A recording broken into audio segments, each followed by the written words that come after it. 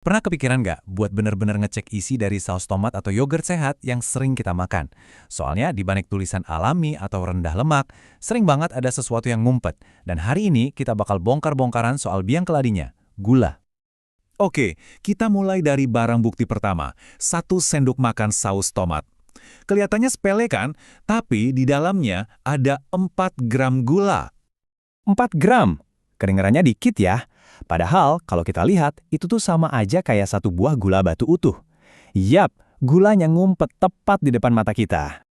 Nah, biar kita bisa ngebongkar semua ini, hari ini kita resmi jadi detektif makanan. Siapin kaca pembesar kamu, investigasi kita mulai sekarang. Oke, detektif manapun pasti harus ngerti dulu motif pelaku kan? Nah, pertanyaannya, kenapa sih produsen makanan suka banget nambahin gula?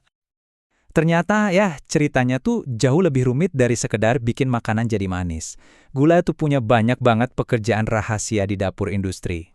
Pertama, gula itu ibaratnya arsitek. Dia yang bikin kue jadi ngembang dan gak kempes. Dia yang bikin selai punya tekstur kenyal kayak jelly. Dan ini nih yang keren. Dia yang ngejaga es krim tetap lembut dan gak jadi es batu. Tanpa gula, tekstur makanan favorit kita bisa jadi aneh banget. Terus, gula itu juga seniman. Pernah lihat kan warna cakep coklat keemasan di roti panggang?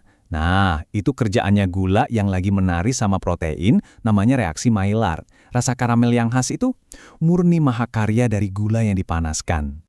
Dan yang terakhir, gula itu ternyata juga seorang bodyguard loh.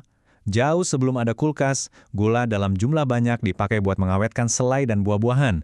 Kenapa? Karena bakteri nggak bisa hidup di lingkungan yang super manis. Ini teknologi kuno yang sampai sekarang masih ampuh. Jadi, kalau kita rangkum nih, gula itu bukan cuma pemanis, dia itu pembentuk tekstur, seniman warna dan rasa, pengawet alami, bahkan jadi bahan bakar buat ragi pas bikin roti. Wah, benar-benar multifungsi ya. Oke, sekarang kita udah tahu kenapa gula ada di mana-mana. Sekarang waktunya investigasi lapangan. Gimana cara nemuinnya? Dan tempat kejadian perkaranya, ya label makanan itu sendiri. Jangan dianggap sepele yo. Di Indonesia, semua informasi di label itu diatur ketat sama BPOM. Jadi ini tuh buku panduan resmi kita, sumber fakta yang bisa kita percaya buat mecahin kasus ini. Oke, alat pertama kita, daftar komposisi.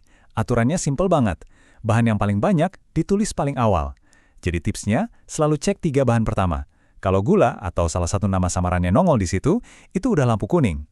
Oh ya, produsen tuh kadang pinter.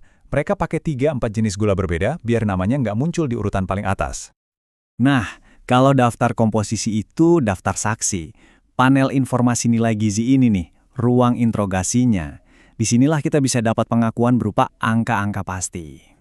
Di panel ini fokusin mata kamu ke 2 baris penting. Pertama, gula total. Ini gabungan gula alami, kayak dari buah atau susu, plus gula yang sengaja ditambahin.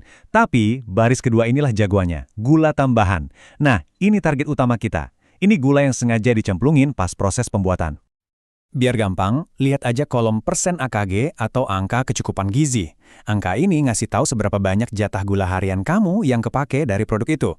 Aturan mainnya gini aja, 5% atau kurang, itu rendah, aman lah. Tapi kalau udah 20% atau lebih, wah, itu udah lampu merah. Anggap aja ini penanda cepat pas lagi di supermarket. Dan sekarang, bagian paling seru, kita bakal bongkar semua nama samaran gula. Soalnya, gula itu kayak mata-mata, dia punya banyak banget nama alias. Siap-siap ya, kita bongkar satu-satu yang paling sering muncul. Pertama, sirup jagung fruktosa tinggi. Ini nih biang kerok di banyak minuman manis dan makanan olahan.